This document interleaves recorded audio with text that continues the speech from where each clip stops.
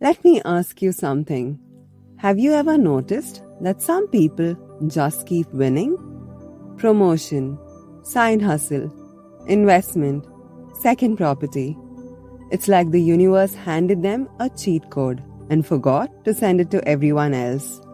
And then there are others, working just as hard, maybe harder, and nothing sticks. One step forward, two steps back, every single time. So what's really going on? Scientists say it's the brain.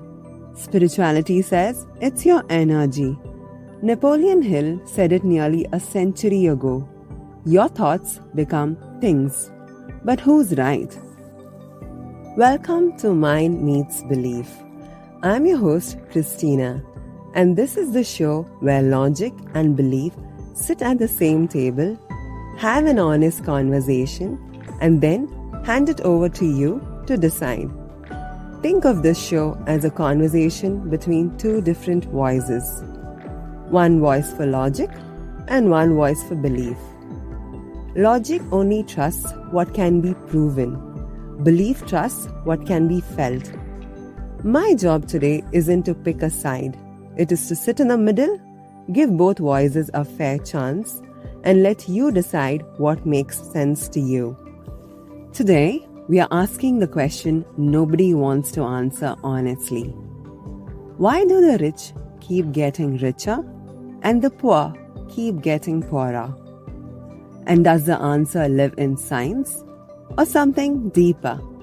Let's find out. Here's something your brain has been doing your entire life without ever telling you. It has a default setting, a comfort zone it always crawls back into, no matter what happens. Think of a bucket with a hole in it. You keep pouring water in, working hard, earning more, grinding longer hours, but it never fills up. The moment you think you're getting somewhere, it's gone. You're exhausted, frustrated, and nothing seems to stick. Now here's the question nobody asks. Is the problem how much water you're pouring in, or is it the hole? Napoleon Hill called it poverty consciousness. Nearly a century ago, he wrote, "What the mind can conceive and believe it can achieve." He wasn't just talking about positive thinking. He was talking about the deep, invisible beliefs running slightly in the background. The ones that decide how much money you believe someone like you deserves. Logic leans forward and says, actually, the science backs that up. Lottery winners. Studies show that within 3 to 5 years of winning millions, most end up back where they started. Some end up worse off. How do you win 5 million and end up broke? Because the hole was never fixed. The beliefs never changed. So without even realizing it, the money disappeared. The bucket reset itself. And belief? Belief says, ever seen someone lose absolutely everything and rebuild it from nothing? More than once? Their bucket has no hole. Their belief in what's possible never broke. So no matter how much drained out, it came back. It's like water finding its way downhill. It always flows the easiest route. Your brain works the same way. It follows whatever direction it was pointed in, way before you could question it. And most of us were pointed somewhere before we were old enough to have an opinion about it. So, before you hustle harder, maybe the real question is, are you fixing the hole? Now logic has something to say here, and honestly, it's pretty eye-opening. Remember the last time money stress hit you hard? Could you think straight? Were you able to make your best decisions? Probably not. That's not weakness. That's just how the brain works under pressure. When your mind is consumed by money worries, Real worries, not small ones. Your ability to think clearly, make good decisions, and see opportunities just shrinks. The worry takes up mental space that was meant for thinking, for planning, for growing. So money stress doesn't just feel bad, it actually makes it harder to think your way out of it. It's like trying to win a chess game while someone is constantly yelling in your ear. Of course you're going to struggle, not because you're bad at chess, but because the conditions are working against you. Now flip it. When someone feels financially secure, even just secure, not rich, their brain opens up. They think longer term. They take smarter risks. They see possibilities instead of threats. And here's where belief taps logic on the shoulder and says, wait, so you're saying the brain highlights whatever you feel and believe is true? That's not just science, that's manifestation with a lab coat on. Your brain has a filter. Every single second, thousands of things are happening around you. Sounds, people, opportunities, conversations. But your brain can't process all of it. So, it filters. And here's the key. It keeps what you focus on most. It highlights what you already believe is meant for you. So when someone who believes opportunities are everywhere walks into a room, they spot them. A conversation that could lead somewhere. A problem that suddenly seems fixable. A connection worth making. And someone who believes nothing works out for them sees exactly that. Threats, dead ends, reasons to stay small. Same room, completely different reality. The law of attraction has a word for this. Frequency. Science has a word for it too. The brain's filter. Different languages, same conversation. And that's kind of the whole point. Logic calls it neuroscience. Belief calls it manifestation. Honestly, at this point, does the label even matter? Okay, here's the uncomfortable bit, and I say this with love. A lot of the manifestation conversation, vision boards, affirmations, just think positive, skips over something critical. It treats belief like a light switch. Flip it on, abundance incoming. But belief isn't a switch, it's a loop. Here's how it works. Your belief shapes your thoughts. Your thoughts shape your actions. Your actions create your results. And your results reinforce your belief. Round and round it goes. So if someone grows up hearing, money is hard to come by, rich people are greedy, we are not that kind of family, that belief gets baked in early, and then quietly, invisibly, it runs the show. They might avoid negotiating their salary because deep down, they don't believe they deserve more. They might find a way to mess it up, even without realizing they are doing it. Because success starts to feel unfamiliar, unsafe even. They might never start the business because the story running in the background says, people like us don't do things like that. This is exactly what Napoleon Hill was pointing at. It's not just about thinking positive. It's about the beliefs that have been quietly running your life without your permission. The belief you didn't choose. The story you inherited. The law of attraction says the same thing differently. You don't attract what you want. You attract what you are.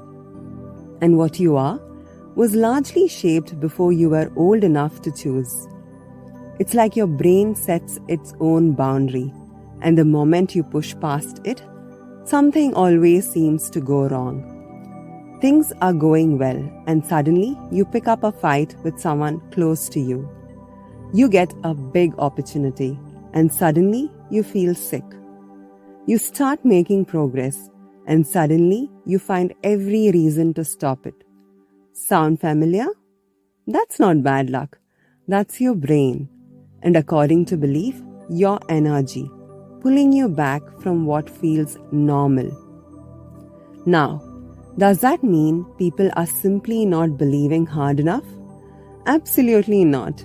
And this is where we need to be careful. Not everyone starts from the same place. Some people have more doors open for them from the very beginning. Better schools, better opportunities, better support. And no amount of positive thinking changes that overnight. Logic acknowledges that fully. But belief says, within whatever circumstances exist, your beliefs are either opening doors or quietly locking them. And that part you have more control over than you might think. Logic pauses, nods slowly. Here's the thing about the rich getting richer that nobody talks about enough. The more you win, the more you believe you can win. The more you lose, the more you believe you will lose. Either way, it grows. Every time someone takes a risk and it pays off, their brain reinforces the belief that risk is worth taking and makes them more likely to do it again. Confidence is like a muscle. The more you use it, the stronger it gets. Every time someone tries something and it doesn't work, their brain goes, "See, told you so." And before long, trying doesn't even feel worth it anymore. And an unused muscle, it weakens quietly without you even noticing. Same amount of effort, two different lives, and the gap between the rich and the poor, it just keeps growing. This is where logic and belief actually agree. Rare moment, don't miss it.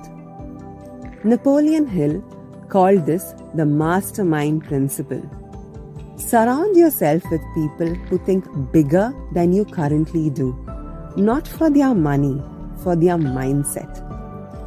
Think about the people you spend the most time with. How do they talk about money, about success, about what's possible? Because whether you realize it or not, their beliefs are slowly becoming yours. The law of attraction calls this your vibrational circle. Science calls it neuroplasticity, social neuroplasticity. Your brain physically rewires based on who and what surrounds it. Either way, the message is the same. Logic says, look around you, the data doesn't lie. Belief says, that's why where you spend your time and who you spend it with is sacred. Both are right. In our last video, we asked, does manifestation actually work? And we left it to you to decide. Today, we are going to take it one step further, because thinking deeply is one thing. Believing boldly means actually doing something with it. So here are 3 things, logic approved, belief endorsed, that you can start today. 1. Ask yourself what you really think about money. Take a moment, think about it, or write it down. Finish these sentences. Money is, rich people are, I could never afford. Whatever comes out, that's your programming, the belief you didn't choose, because until you see it, you can't change it. 2. Change how you talk about money. Next time you catch yourself saying, I can't afford that, swap it for, that's not a priority for me right now. You're not lying to yourself. You're just shifting from feeling stuck to feeling in control. And that shift matters more than you think. 3. Surround yourself with bigger thinking. Not bigger bank accounts, bigger beliefs. People who talk about opportunities instead of obstacles. People who ask, how can I, instead of, I can't. Their way of thinking is contagious, and that's exactly what you want. We've heard from both sides today, so let's give them the final word. Logic says, the gap between rich and poor is real. Money stress shrinks your thinking, and your brain, it simply becomes a reflection of everything around it. Now, you might be thinking, that's easy to say, but how do I change my surroundings when I'm barely keeping my head above water? Start with what's free. A YouTube video, a podcast, a book from the library. You don't need a new life to start feeding your brain differently. You just need 10 minutes and something worth listening to. Belief says the gap started long before the money. It started in a belief, a quiet voice that said, this is as far as people like us go. But that voice, it wasn't born in you. It was placed there. Napoleon Hill said, what the mind can conceive and believe, it can achieve. The law of attraction says, you attract what you are. And who are you can change. One thought at a time. And maybe, somewhere in between, maybe the gap isn't just out there in the world. Maybe some of it lives inside you, inside the stories you inherited, the beliefs you never questioned.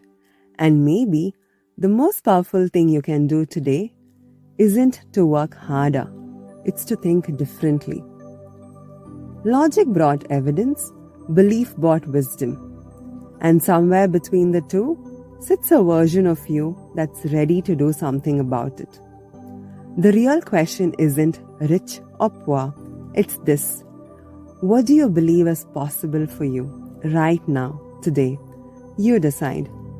Money is just the scoreboard. The real game has always been played in the mind. The rich didn't grow just wealth.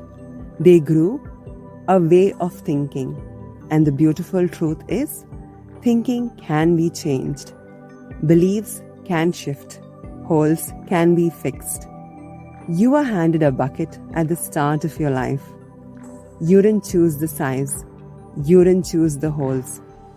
But from this moment, you get to decide whether you keep pouring water in and watching it drain, or whether you finally pick up the tools to fix it. And if today's episode hit differently, like, share, subscribe. Not for the algorithm, but because somewhere out there is someone whose bucket has been leaking for years. And this might be exactly what they need to hear. Think deeply, believe boldly. I'll see you in the next one.